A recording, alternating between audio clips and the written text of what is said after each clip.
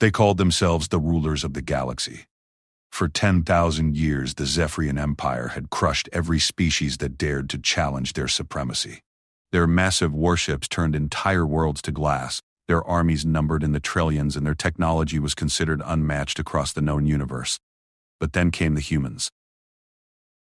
A small, primitive species from a backwater planet called Earth. The Zephyrians laughed when humanity first requested membership in the Galactic Council. They laughed harder when humans dared to refuse subjugation. They stopped laughing when the first human Special Forces unit appeared behind enemy lines, moving like ghosts through their most secure facilities. Within 3 years, the mighty Zephyrian Empire, conquerors of 1,000 worlds, would beg for mercy from creatures they once considered nothing more than clever animals. The galaxy would learn that sometimes the most dangerous predator is the one that doesn't look like a threat at all. This is the story of how humanity's Special Forces became the most feared military unit in galactic history, and why even today, alien children are told bedtime stories about the humans who could walk through walls and strike like lightning from the darkness. Commander Marcus Chen stood perfectly still in the dense undergrowth of Kepler 442b, his breathing so controlled it barely disturbed the alien ferns around him. Through his tactical visor, he watched the Zephyrian patrol moving along the ridge above, their massive forms silhouetted against the planet's twin moons.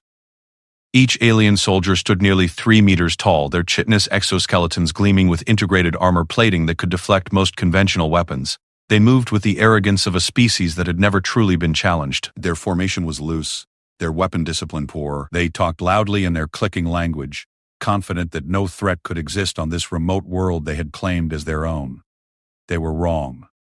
Marcus pressed a small device on his wrist, sending a silent signal to his team scattered throughout the forest. 12 humans against a battalion of Zephyrian elite troops. This is the book. It's about history of the show.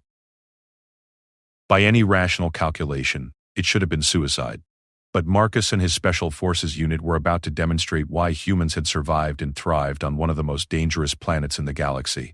The first sign of trouble came when Zephyrian Sector Commander Vextal noticed that his perimeter sensors had gone silent. The massive alien whose scarred carapace spoke of countless victories across the stars paused in his inspection of the mining facility they had established. His 4 eyes scanned the data streams flowing across his command interface, seeking the source of the anomaly. Sub-Commander Kethvar. He clicked in the harsh Zephyrian tongue. Explain why our sensor network shows gaps. The younger Zephyrian's mandibles clicked nervously. Unknown Sector Commander. The sensors were functional 30 minutes ago. Perhaps local wildlife. Wildlife? Vextal's laughter was like grinding metal. The indigenous creatures flee from our presence. These gaps are methodical. What Vextal couldn't know was that Sergeant Sarah Kim had spent the last 6 hours moving through the forest like a shadow, disabling each sensor with precision that would have impressed the electronics designers. Her movements were so fluid, so perfectly timed with the natural sounds of the forest, that she might as well have been invisible. On Earth, Sarah had learned to hunt in forests, where every step could trigger an avalanche, or attract predators capable of tearing through steel. The techniques that kept her alive in Alaska's wilderness now made her a ghost among the stars. 3 kilometers away, Corporal James Rodriguez was demonstrating another aspect of human adaptability. The Zephyrians had built their communication relay on a sheer cliff face, believing it to be inaccessible to ground forces. They had not considered that humans evolved from creatures that climb trees to escape predators. Rodriguez scaled the 200-meter cliff without ropes or harnesses, his fingers finding purchase in cracks that would challenge the best rock climbers on Earth. His modifications to the relay would go undetected for hours, but when activated, they would turn the Zephyrians' own communication network against them. The beauty of the human approach was its simplicity. Where other species might have attacked with massive fleets or overwhelming technology, humans had learned to be patient, to study their enemies, and to exploit weaknesses that others never thought to look for. Master Sergeant Lisa Torres had spent 3 days observing the Zephyrian mining operation, learning their schedules, their procedures, their blind spots. She had watched them process the rare minerals that made faster-than-light travel possible, had seen how they loaded the cargo containers, and had identified the single point of failure that could bring their entire operation to a standstill. As the Zephyrian guards changed shifts, Torres slipped through the facility like smoke. Her background in chemical engineering, a skill learned in the harsh refineries of Mars, allowed her to understand exactly which compounds to introduce into the processing system. In 12 hours, every piece of refined mineral would be contaminated beyond use. But the real demonstration of human capabilities was about to come from an unexpected source. Lieutenant David Park had been a street magician before joining the military. Skills that seemed irrelevant until the moment they weren't. As the Zephyrian command staff gathered for their evening briefing, Park appeared in their midst as if materializing from thin air. The alien commanders froze, their weapons half drawn, staring at the small human who stood calmly among them. Park smiled and held up a small device that every Zephyrian in the room recognized, the detonator for their facility's main reactor. "Good evening, gentlemen," Park said in perfect Zephyrian, a language he had learned in 3 weeks through techniques developed by human intelligence services. "I believe we need to talk." The stunned silence that followed was broken by Sector Commander Vexthal's harsh laugh. "Impossible. Our security is absolute. Our facility is impenetrable." Park's smile widened. "Your facility was impenetrable to the last 12 species you conquered, but humans didn't evolve in a safe universe.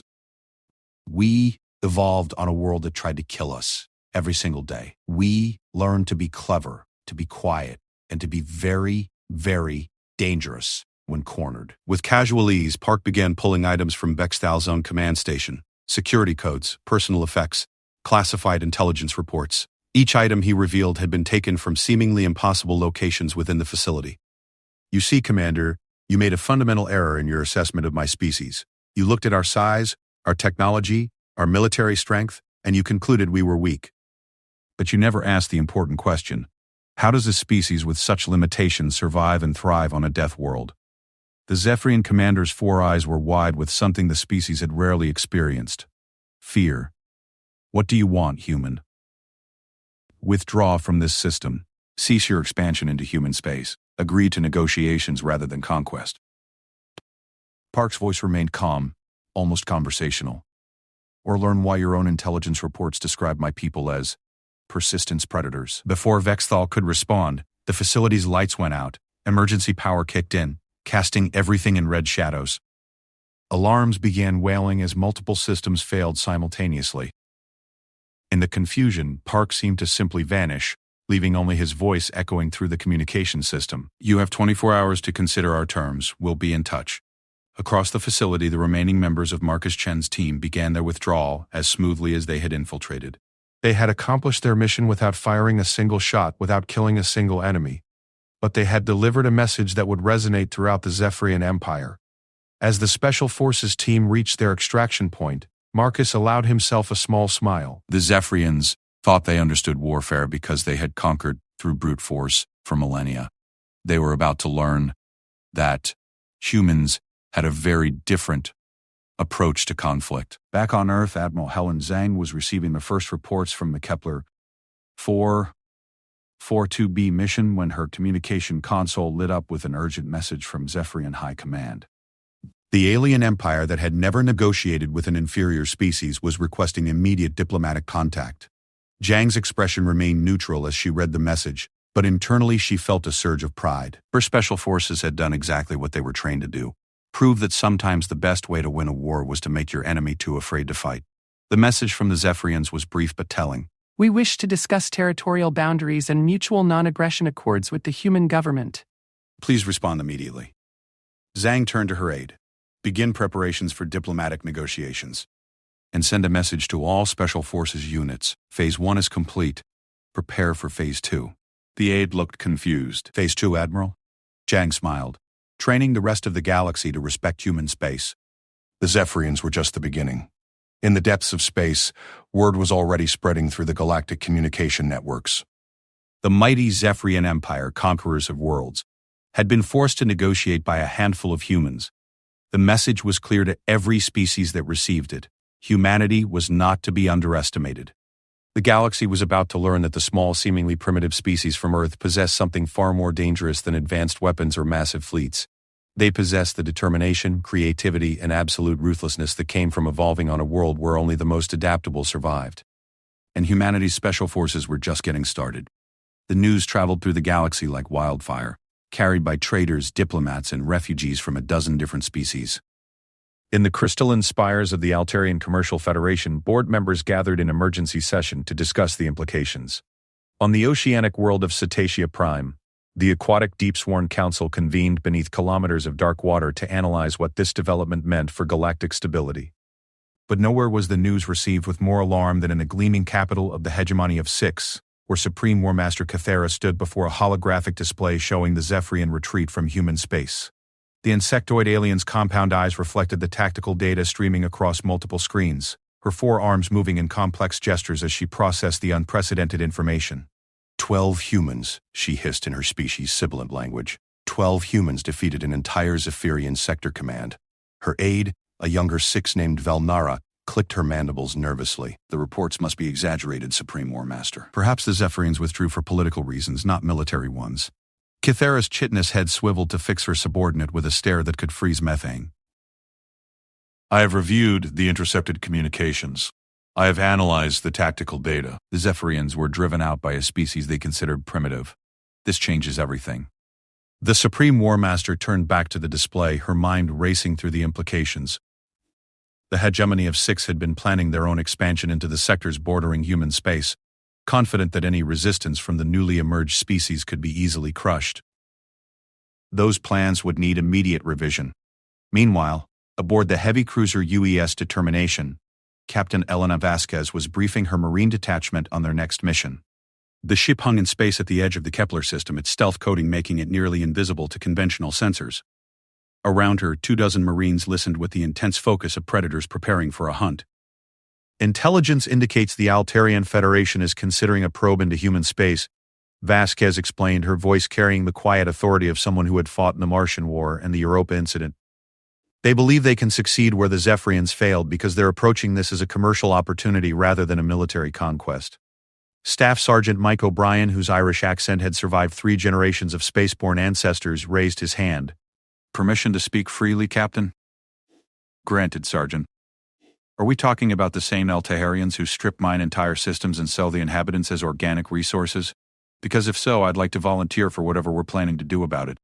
A grim smile crossed Vasquez's face. The mission parameters are simple, Marines. We're going to visit the Altarian exploration fleet and explain why human space is a bad investment opportunity. No casualties unless absolutely necessary, but they need to understand that humans don't negotiate from a position of weakness. 3 days later, Altarian Fleet Commander Zixthal was reviewing mineral surveys from the outer edge of human space when his ship's sensors detected an impossible reading. According to the instruments, a human vessel had just materialized within their formation's defensive perimeter. Impossible, Zixthal muttered, his crystalline features refracting the bridge lights in prismatic patterns. Our shields are active. Our sensors show no approach vectors. His tactical officer, a nervous Altarian whose crystal matrix pulsed with stress patterns, stammered a response. Commander, the vessel appears to be using some form of phase-shifting technology. It's inside our defensive grid. Before Zixthal could respond, his communication system activated with an incoming message. The holographic display resolved into the image of a human female in military uniform, her expression calm and professional. Altarian vessels. This is Captain Elena Vasquez of the United Earth Systems Navy. You are currently in violation of the Terran exclusion zone established by the recent Zephyrian Accords. Please adjust your course and withdraw beyond the designated boundaries. Zixthal's musical laugh was like crystal chimes in a windstorm. Human Captain, you are in no position to make demands. Your single vessel is surrounded by the largest exploration fleet the Federation has ever assembled. 30 ships against 1. I suggest you withdraw before you are destroyed. Vasquez's expression didn't change. Commander, you appear to be operating under a significant misunderstanding about the tactical situation. Allow me to clarify. On the screen behind her, tactical data began appearing. The display showed the Altarian fleet from angles that should have been impossible. Internal ship layouts, crew positions, critical system locations. As the data updated in real time, it became clear that the human vessel wasn't just inside their defensive perimeter. It was somehow monitoring every aspect of their operations. Your flagship's main reactor is currently running at 87% efficiency due to contamination in the crystalline matrix, Vasquez continued conversationally. Your communications relay has been compromised and is currently transmitting all your tactical data to my ship. And your shield generator has a critical vulnerability that my engineering team identified approximately 6 minutes ago. Zixthal's crystalline structure began pulsing with alarm patterns. Impossible. Our technology is quantum encrypted. Commander, humanity spent 2 centuries fighting wars against itself, using increasingly sophisticated technology. We learned to hack, adapt, and overcome every defense our own brilliant minds could devise. Your quantum encryption is impressive, but we broke it about 20 minutes after we encountered it. To emphasize the point, Vasquez gestured to her tactical officer. Across the Altarian fleet, non-critical systems began shutting down in a carefully choreographed sequence. Lights dimmed, secondary displays went dark, and environmental systems shifted to backup power. The message was unmistakable. The humans had complete control over Altarian technology. You have two options, Vasquez continued. Option 1. Withdraw peacefully and report to your superiors that human space is not a viable target for expansion. Option 2. Continue your current course and discover why the Zephyrians, who have conquered half the galaxy, decided that fighting humans wasn't worth the cost. The bridge of Zixthal's flagship fell silent except for the soft harmonics of Altarian technology. The commander's crystal matrix was cycling through colors that indicated deep uncertainty, a state that few Altarians ever experienced. How? He finally asked. How does a species with such limited resources project such power? Vasquez leaned forward slightly. Because, Commander, we learned something that your species and the Zephyrians never had to learn. We learned to fight smart instead of fighting big. When you've spent millennia as the dominant force in your region of space, you develop habits based on superiority. When you evolve on a world that actively tries to kill you, you develop habits based on survival. She gestured again, and the lights returned to normal throughout the Altarian fleet. Consider this a demonstration of human capabilities. We could have disabled your ships permanently, or worse. Instead, we're offering you the opportunity to avoid a conflict that would be costly for both our species. The transmission ended, leaving Zixthal staring at a blank screen while his crew worked frantically to understand how their systems had been compromised so completely. On the bridge of the Determination, Vasquez was already preparing her next move. The Altarians would withdraw. Their commercial mindset made them risk-averse when profit margins became uncertain. But she knew that news of this encounter would spread even faster than word of the Zephyrian incident. Captain, her communications officer called out. We're receiving priority signals from Fleet Command. The hegemony of 6 has just announced military exercises near the Centauri sector. Vasquez nodded grimly. The 6 were different from both the Zephyrians and the Altarians. Where the first relied on brute force and the second on economic pressure, the 6 were strategists. They would study the human encounters, analyze the tactical data, and attempt to develop countermeasures. Set course for Centauri, she ordered, and send a message to Special Forces Command. Tell them we may need a more creative demonstration for our next visitors. In the depths of space, other forces were already moving. The reptilian Korthak Empire had begun mobilizing their war fleets, convinced that they could overwhelm human defenses through sheer numbers. The energy-based Luminari Collective was developing new scanning technologies designed to penetrate human stealth systems. And in the dark reaches beyond the galactic rim, something far older and more dangerous was taking notice of the small species that had managed to frighten the galaxy's established powers. But perhaps the most significant response was occurring in the most unexpected place. The academic halls of the Galactic Institute on Nexus Prime. Professor Veltar, elderly Altarian scholar who had spent centuries studying military history, was addressing an emergency session of the Institute's Strategic Analysis Council. Colleagues, Veltar's crystalline voice resonated through the chamber. We are witnessing something unprecedented in galactic history. A species has emerged that doesn't follow any known pattern of expansion or military development. The holographic display behind him showed tactical analyses of both the Zephyrian and Altarian encounters. Observe the human methodology. They don't seek to destroy their opponents or claim territory. They seek to demonstrate superiority while offering their enemies a face-saving method of withdrawal. This suggests a strategic philosophy completely alien to our understanding of interstellar warfare. A 6 researcher, her mantis-like form almost motionless, spoke up. Professor, are you suggesting that humans represent a new evolutionary stage in military thinking? Veltar's matrix pulsed with uncertainty patterns. I am suggesting, colleague, that we may be observing the emergence of a species that has perfected the art of psychological warfare on a galactic scale.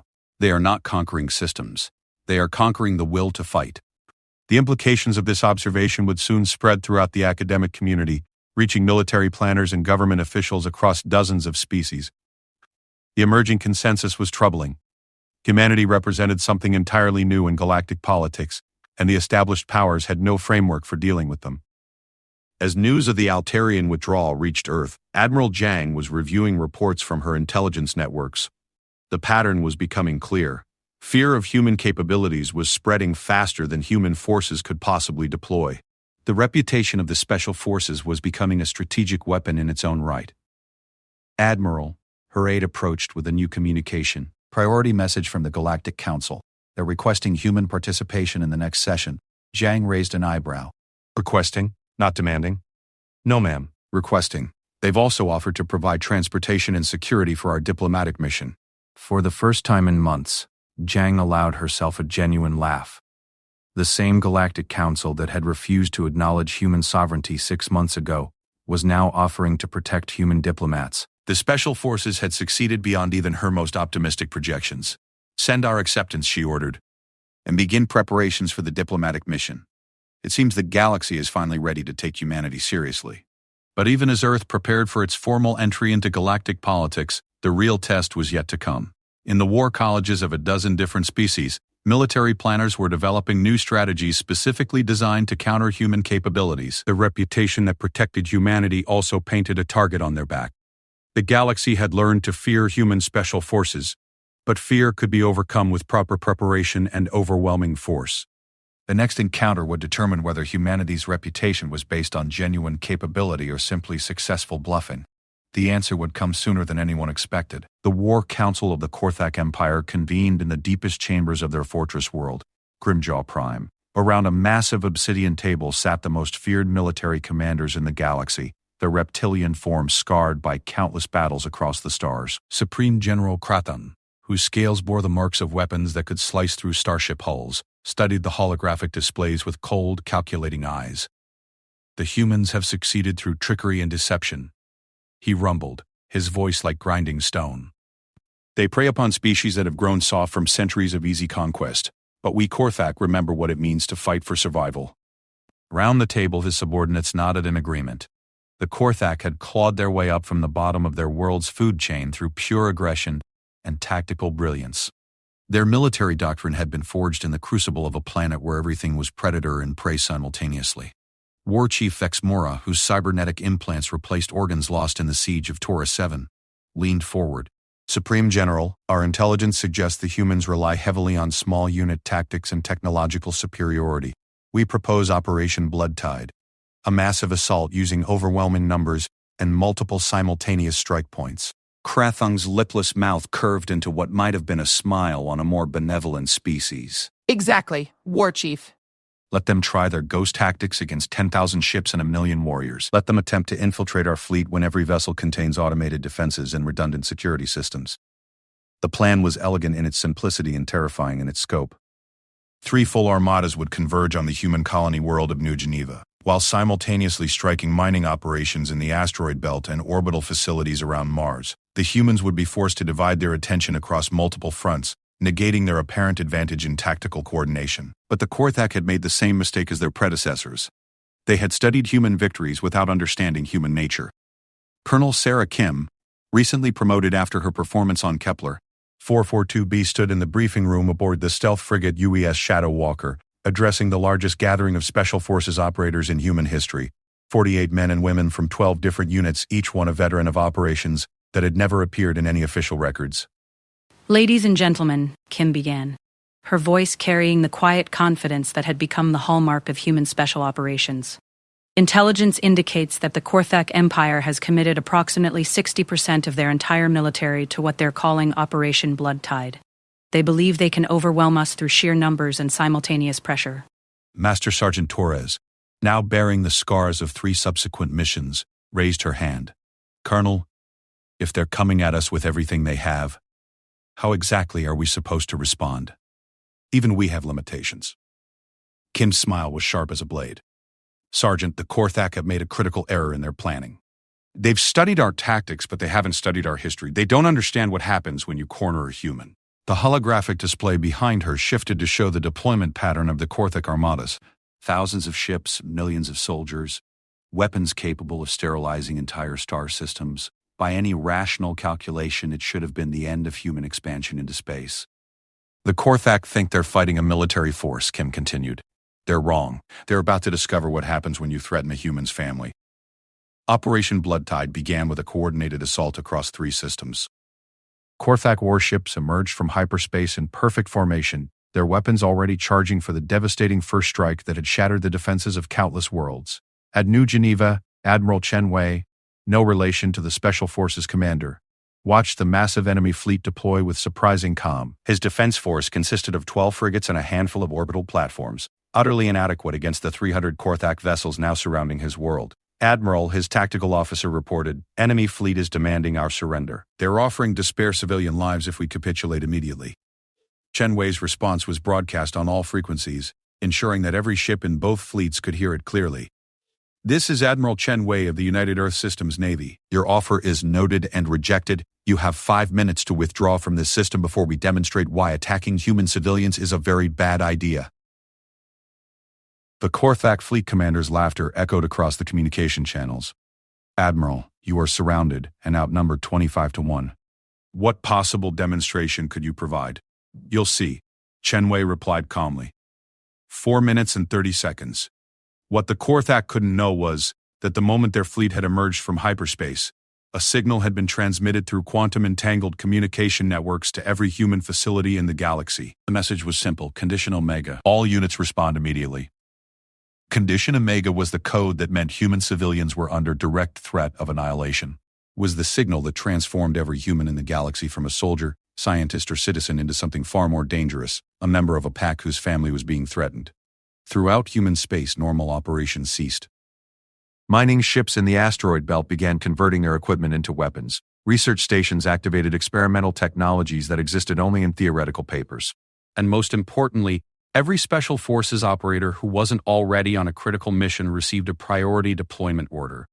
The first sign that something was wrong came when the Korthak sensor networks began detecting anomalous readings throughout their fleet. Ships reported minor system glitches, temporary power fluctuations, and communication delays. These were dismissed as normal combat stress on the technology. The second sign was more alarming. 3 Korthak vessels in the outer perimeter of their formation simply vanished from sensors. Not destroyed, vanished. Their transponder signals ceased, their heat signatures disappeared, and when other ships moved to investigate, they found empty space where their allies had been. Supreme General Krothong, commanding the assault from his flagship Bloodfang, studied the reports with growing unease. "War Chief, explain how 3 of our vessels could simply disappear." Vexmora's cybernetic implants were cycling through analysis protocols at maximum speed. "Unknown, Supreme General. Our sensors show no weapons fire, no explosions, no debris fields. The ships are simply gone." What they couldn't detect was the work of Lieutenant Commander Alex Park, David Park's younger brother, and his infiltration team. Where David specialized in psychological operations, Alex had mastered the art of making entire starships disappear. The 3 Korthak vessels hadn't been destroyed. They had been captured from the inside, their crews neutralized through non-lethal means, and their ships taken intact. But the real demonstration was yet to come. At exactly 5 minutes after Admiral Chen Wei's ultimatum, the Korthak fleet received a communication from an impossible source. One of their own captured vessels now broadcasting on human frequencies. "Korthak fleet, this is Commander Alex Park, United Earth Systems Navy. We currently have possession of 3 of your ships and their crews. The crews are unharmed and will be returned to you when you withdraw from human space. However, I thought you should understand exactly how we acquired these vessels." The transmission included full tactical recordings from the capture operation. The Korthak command staff watched in growing horror as they saw human operators move through their ships like shadows, neutralizing security systems that had been thought impenetrable. Korthak warriors, trained from birth for combat, were systematically disabled by humans who seemed to appear from nowhere and vanish just as quickly. But the most chilling moment came when the recording showed a human operator standing directly behind Supreme General Krothong on his own command bridge, close enough to touch the Korthak leader while remaining completely undetected by sensors or guards. "As you can see," Commander Park's voice continued, "your ships are not as secure as you believe, your sensors are not as accurate as you assume, and your warriors are not as prepared as they think. We could have killed everyone aboard these vessels. We chose not to. Consider that mercy a one-time offer." The psychological impact was devastating. Every Korthak soldier suddenly realized that their enemy might already be aboard their ship, might be standing behind them at that very moment, might be listening to every word they spoke. The most aggressive military force in the galaxy found themselves looking over their shoulders and jumping at shadows. But the humans weren't finished. Throughout the Korthak fleet, systems began failing in ways that violated every principle of redundant design. Weapons systems locked onto friendly targets. Navigation computers displayed false readings. Life support systems cycled between freezing cold and stifling heat. Each malfunction was minor, temporary, and clearly deliberate, a demonstration that human operators had access to every critical system aboard every ship. War Chief Vex Mora's cybernetic enhancements were overheating from the stress of processing the impossible tactical situation. Supreme General, our entire fleet has been compromised. Every ship reports system infiltrations. Our security protocols have been bypassed using methods our analysts cannot identify. Krathung's scales had shifted to the deep black that indicated maximum aggression, but his eyes betrayed something the Korthak rarely experienced: uncertainty. How many humans would it take to achieve this level of infiltration? Unknown, Supreme General. Our sensors detect no human presence aboard any vessel, yet the evidence suggests they have access to every system in our fleet. The truth was both simpler and more complex than the Korthak could imagine. The humans hadn't infiltrated every ship. They had infected every ship. Years of subtle intelligence gathering had allowed human operatives to identify the underlying communication protocols that connected Korthak technology. Once they had access to one ship's systems, they could spread through the entire fleet like a virus. But the technical achievement was only part of the equation. The real weapon was the psychological warfare that accompanied it. Every system failure was designed to reinforce the message that humans could reach anywhere, could see anything, and could strike at any moment. As the Korthak fleet struggled with cascading system failures, Admiral Chen Wei's small defense force began demonstrating another aspect of human military doctrine. The 12 frigates that had seemed so inadequate suddenly revealed themselves as something far more dangerous. Each ship began deploying what appeared to be simple mining drones, hundreds of small automated vehicles that spread throughout the system like a metallic swarm. The Korthak initially dismissed them as a desperate attempt to create obstacles for their advance. They were wrong. The mining drones were actually an experimental weapons system based on Earth's most successful predators, army ants. Each drone was relatively harmless individually, but together they formed a collective intelligence that could strip a starship down to its component atoms in a matter of hours. The first Korthak vessel to encounter the swarm watched in fascination as the small drones attached themselves to the ship's hull.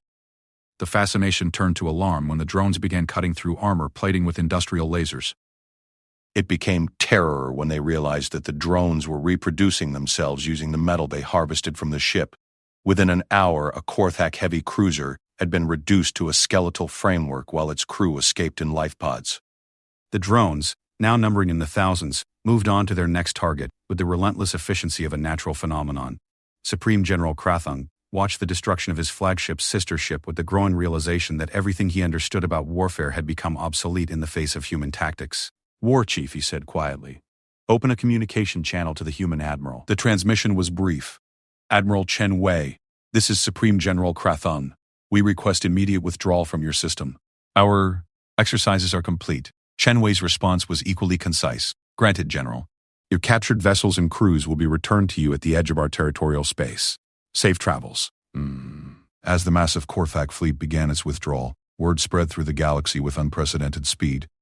The species that had built their reputation on unstoppable military might had been forced to retreat by a handful of human defenders. But more importantly, the galaxy had learned something that would fundamentally change interstellar politics. Humans didn't just have advanced technology or clever tactics, they had something far more dangerous: the ability to turn their enemies' own strengths into weaknesses.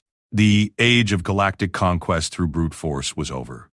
The age of human psychological warfare had begun. And the most frightening realization for every military planner in the galaxy was that humanity had achieved this victory while still revealing only a fraction of their true capabilities. In the sealed chambers of the Nexus Prime Security Council, representatives from 14 major galactic powers gathered for what would be remembered as the most important diplomatic session in recorded history. The crystalline spires of the neutral space station gleamed against the backdrop of a purple nebula, but the beauty of the setting did nothing to ease the tension in the council chamber. Ambassador Thylik of the Zephyrian Empire, the same species that had first encountered human special forces, clicked his mandibles nervously as he addressed the assembly. "Honored colleagues, we can no longer treat the human situation as an isolated regional concern. Our intelligence networks report similar incidents across 17 different sectors." The holographic display in the center of the chamber showed a three-dimensional map of the galaxy, with red markers indicating confirmed human operations. The pattern was disturbing. Humans had somehow been active in regions they supposedly had never visited, affecting the policies of species they had supposedly never contacted. High Counselor Nixtera of the Luminari Collective, her energy-based form flickering with agitation, spoke in harmonics that translated as barely controlled alarm. The humans are operating beyond our ability to track or predict. Our most advanced scanning technologies detect no human presence, yet their influence is unmistakable. What the Council didn't know was that their discussion was being monitored in real time by Colonel Marcus Chen, now Director of Human Special Operations, from a secure facility hidden deep within the asteroid belt. The man who had led the first successful mission against the Zephyrians was now coordinating a network of operatives that spanned the known galaxy. "Sir," his communications officer reported, "the Galactic Council is discussing Proposal 77 Alpha again. They're considering joint military action to contain human expansion." Chen studied the intelligence reports flowing across his screens. After the Korthak withdrawal, human reputation had reached a tipping point. Some species were seeking diplomatic accommodation, but others were beginning to see humanity as an existential threat that required elimination. "Any word from Operation Silent Thunder?" Chen asked. "Phase 3 completed successfully, sir. Target systems are reporting compliance with human territorial demands without understanding why they made that decision." Chen nodded with satisfaction. Operation Silent Thunder was perhaps the most ambitious psychological warfare campaign in history, designed to convince alien governments to respect human space without ever realizing they had been influenced to do so. The operation had begun 6 months earlier when human intelligence identified a critical vulnerability in galactic politics. Most species made decisions based on consensus building rather than individual leadership. By subtly influencing the right advisors, analysts, and decision-makers, human operatives could shape policy without ever directly contacting the actual leaders. The technique had been perfected during Earth's corporate wars, when competing mega-corporations had employed armies of social engineers to influence market behavior. Now those same methods were being applied on a galactic scale. Dr. Elena Vasquez, former Marine captain turned psychological operations specialist, was demonstrating this approach in the court of the Meridian Trade Federation. Unlike her military career, where she had commanded ships, her current assignment required her to be completely invisible while reshaping the political landscape of an entire star nation. She had spent 3 months establishing herself as a minor trade analyst in the Federation's Economic Planning Bureau, a position so ordinary that no one paid attention to her presence. What they didn't realize was that her carefully crafted reports were subtly influencing the Federation's expansion policies, encouraging them to focus on uninhabited systems rather than risk conflict with human space. The beauty of the operation was its subtlety. Federation leaders believed their cautious approach to human territories was based on sound economic analysis and risk assessment. They had no idea that their decisions were being guided by an operative who understood exactly which psychological triggers to activate. Dr. Vasquez, her supposed superior, Trade Minister Colthon, addressed her during a routine planning session. "Your analysis suggests that expansion toward the human sectors carries a 13% higher risk of resource depletion. Can you explain this calculation?" Elena's response was delivered with the perfect mixture of professional competence and bureaucratic boredom that made her utterly forgettable. "Minister, the data indicates that human territorial policies create market instabilities that affect long-term resource extraction profitability. The mathematical models suggest focusing on sectors with more predictable political environments would yield better returns." What she didn't mention was that the mathematical models had been carefully crafted to reach exactly that conclusion, using real data manipulated through statistical techniques that would be undetectable to anyone who wasn't specifically looking for them. Similar operations were running simultaneously across dozens of worlds. In the academic institutions of the Altarian Federation, human operatives masquerading as researchers were publishing papers that subtly influenced strategic thinking. In the military colleges of the hegemony of 6, guest lecturers were sharing case studies that made human capabilities appear even more formidable than they actually were. But the most sophisticated operation was taking place in the information networks themselves. Captain James Park, the third of the Park brothers to join Special Forces, had spent his childhood learning to manipulate computer systems in ways that the designers never intended. His specialty was what humans called perception hacking, altering data flows so subtly that the recipients never realized they were seeing a manipulated version of reality. From his command center aboard a heavily disguised cargo vessel, Park was orchestrating the systematic manipulation of galactic communication networks. News reports were subtly edited to emphasize human capabilities while downplaying their limitations.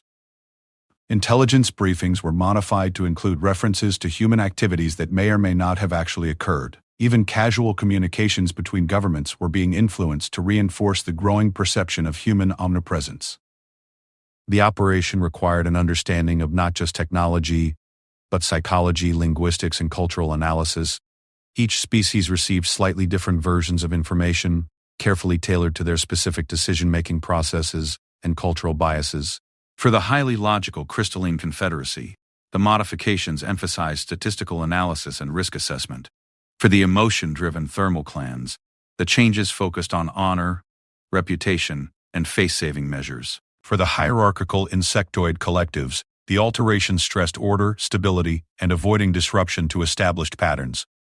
The result was that every major power in the galaxy was receiving information that encouraged them to avoid conflict with humans. But each species believed their caution was based on their own unique logical reasoning process. However, not all species were susceptible to these subtle influences.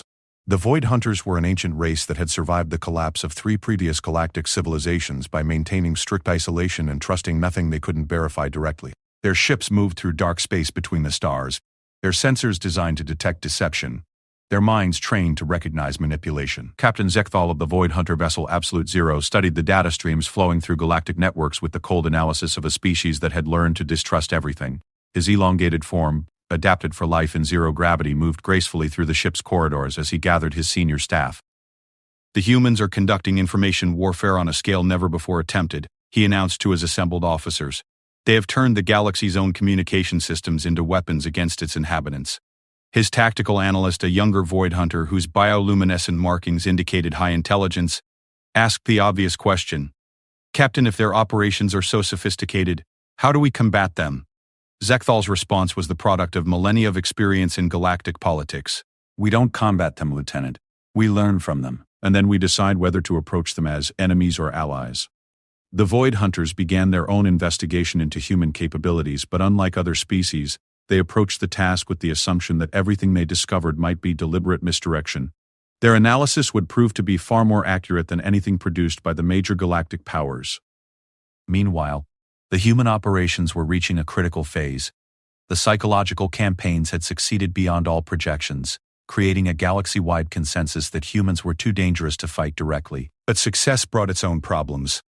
Admiral Zhang, now promoted to overall command of human interstellar operations, was reviewing reports from across human space when she encountered a problem that no military planner had anticipated. Their own reputation was becoming a strategic liability. "Admiral," her intelligence chief reported, "we're detecting organized resistance movements on 14 worlds that have never had any contact with human forces. The local populations believe we're conducting covert operations against them." The irony was bitter.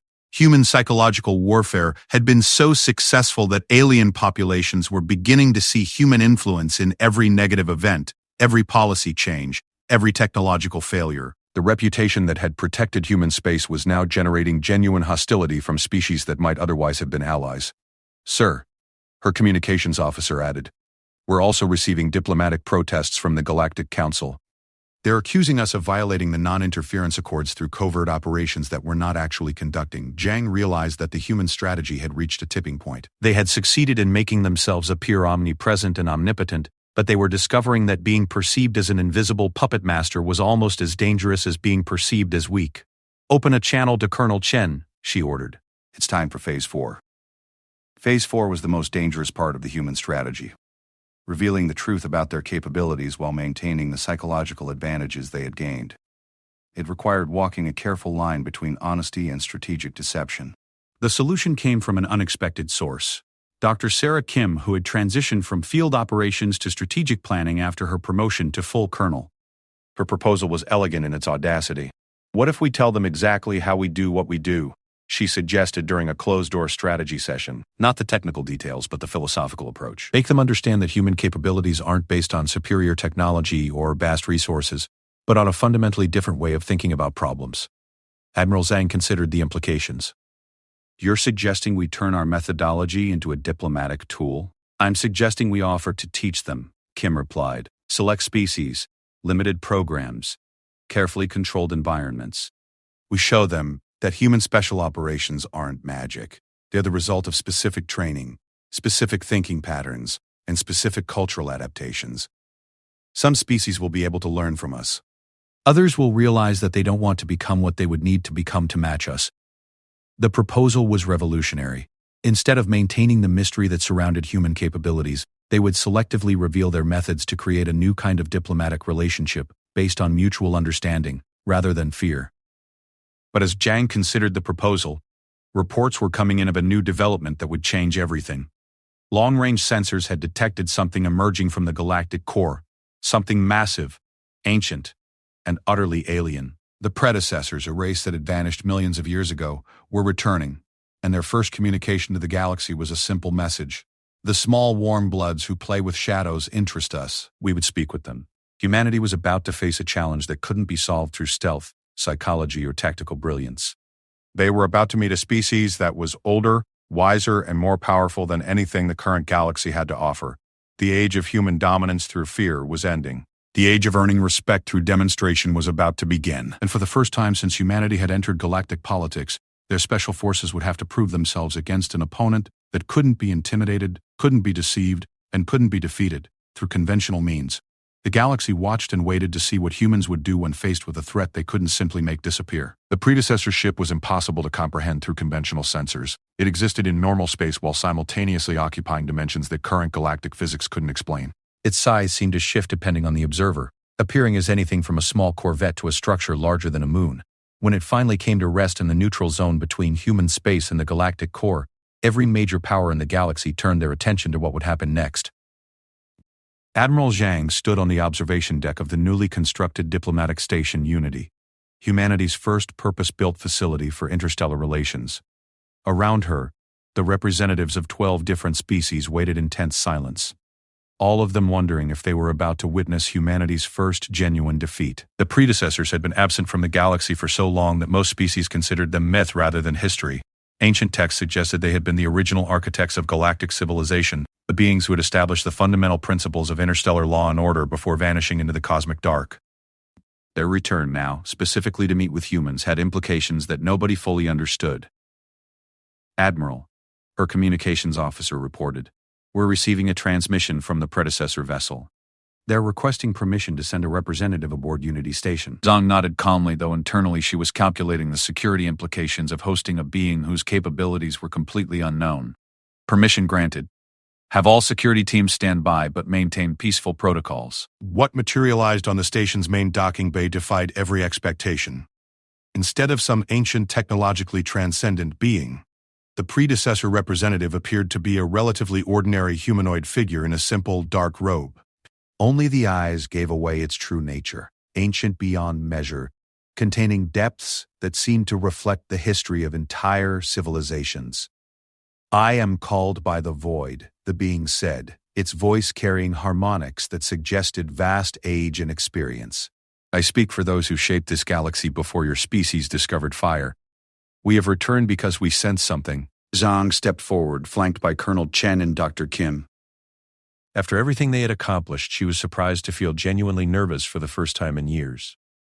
"Welcome, called by the void. I am Admiral Helen Zhang, representing the United Earth Systems. We are honored by your interest."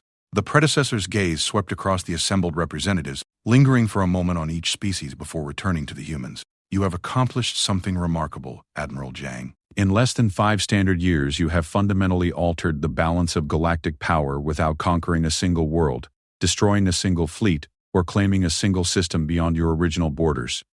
Around the chamber, alien representatives shifted uncomfortably. The casual dismissal of their own military achievements was not lost on them. "More interesting," called by the void continued, "is how you achieved this transformation. We have observed your methods with great curiosity. Your species has weaponized something that no other race in galactic history has ever successfully employed on such a scale." Dr. Kim found herself speaking before she consciously decided to do so. "What have we weaponized?" The predecessor's smile was both amused and slightly sad. "Imagination, Dr. Kim. Your species has turned the ability to see possibilities into a strategic advantage that renders conventional military thinking obsolete." The ancient being gestured, and holographic displays appeared throughout the chamber showing tactical analyses of human operations across the galaxy. But these weren't the sanitized reports that had been circulating through intelligence networks. These were complete, unedited recordings that revealed exactly how human special forces achieved their seemingly impossible victories. "Observe," Called by the Void said. When the Zephyrians established their mining operation, 17 different species had previously attempted to dislodge them through conventional assault. All failed because they accepted the tactical parameters that the Zephyrians had established. They fought the battle the Zephyrians expected them to fight. The display showed Marcus Chen's original infiltration mission, but from perspectives that no human sensor had captured. The predecessor technology revealed not just what the human operatives had done, but the thought processes that had guided their actions. Your Colonel Chen succeeded because he refused to accept those parameters. Instead of fighting the battle the Zephyrians had prepared for, he fought a battle they couldn't imagine. He turned their strengths into weaknesses, their certainty into doubt, their confidence into fear. The alien representatives watched in fascination and growing alarm as the display revealed the complete scope of human capabilities. Every special forces operation, every psychological warfare campaign, every instance of strategic misdirection was laid bare in perfect detail. But Called by the Void wasn't finished. The Korthak believed they could overwhelm human defenses through superior numbers and simultaneous pressure. This strategy had succeeded against every opponent they had previously encountered. It failed against humans because your species approached the problem from an entirely different angle. The holographic replay of Operation Blood Tide showed aspects that even the human command staff hadn't fully understood. The predecessor technology revealed how each system failure, each psychological pressure point, each moment of uncertainty had been carefully orchestrated to create a cascading effect that made the massive Korthak fleet defeat itself.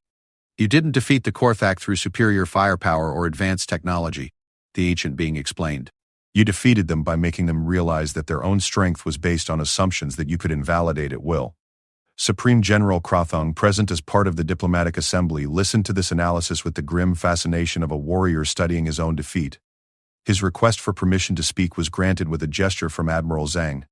"Predecessor," Krathung said, his voice carefully controlled, "are you suggesting that human victory was inevitable from the beginning?" Called by the Void considered the question with the patience of geological time. "No, General. I am suggesting that human victory was inevitable the moment your species decided to fight them using traditional military doctrine. Had you approached the conflict with the same creativity that humans applied to solving it, the outcome might have been very different." The implications of this statement rippled through the chamber. Every military officer present began mentally reviewing their own strategic doctrines, wondering what assumptions they were making that human operatives might be able to exploit. But the predecessor wasn't finished with his revelations. "The most impressive aspect of human strategy has been their understanding of scale," Called by the Void continued. "Other species think in terms of ships, fleets, and individual battles. Humans think in terms of entire psychological landscapes. They don't just win battles, they reshape the context in which battles take place." The display shifted to show the information warfare campaigns that had been subtly influencing galactic politics for months. The assembled representatives watched in stunned silence as they saw exactly how their own decision-making processes had been guided without their knowledge. Ambassador Thylak of the Zephyrians found his mandibles clicking involuntarily as he realized the scope of what he was seeing. "You mean to say that our recent policy decisions have been influenced by human operations?" Not directly, Called by the Void replied. "The humans have been far more subtle than direct influence. They have created conditions where certain decisions appear more logical, more beneficial, more face-saving than others. They haven't forced you to make particular choices. They've made it easier for you to choose the options they prefer." Dr. Kim stepped forward, her scientific curiosity overcoming diplomatic protocol. "Called by the Void, why are you revealing this information? Doesn't this compromise our operational security?" The predecessor's ancient gaze focused on her with something that might have been approval. "Dr. Kim, we are revealing this information because your species has reached a critical juncture. You have succeeded in establishing yourselves as a galactic power, but that success has created new challenges that cannot be solved through the same methods that brought you to this point." The holographic displays shifted again, this time showing long-range sensor data from the galactic core. Massive structures were moving through space, constructions so large they dwarfed entire star systems. Behind them came fleets that made the combined military forces of all known species look like patrol boats. "The Devourers have awakened," Called by the Void explained matter-of-factly. "They are an ancient species that feeds on the electromagnetic radiation produced by technological civilizations. They have been dormant for millions of years, but the recent increase in galactic communication traffic has drawn their attention. Admiral Zhang felt her blood turn cold. How long until they arrive? 6 standard months, the predecessor replied. They will begin with the outer rim worlds and work their way toward the galactic center, harvesting the energy from every technological civilization they encounter. Unless stopped, they will reduce this galaxy to a lifeless void within a century. The chamber erupted in chaos as representatives began shouting questions, demands, and accusations in a dozen different languages. John called for order, but it was called by the void, who restored silence with a gesture that seemed to freeze the air itself. The Devourers cannot be defeated through conventional military action. The ancient being continued.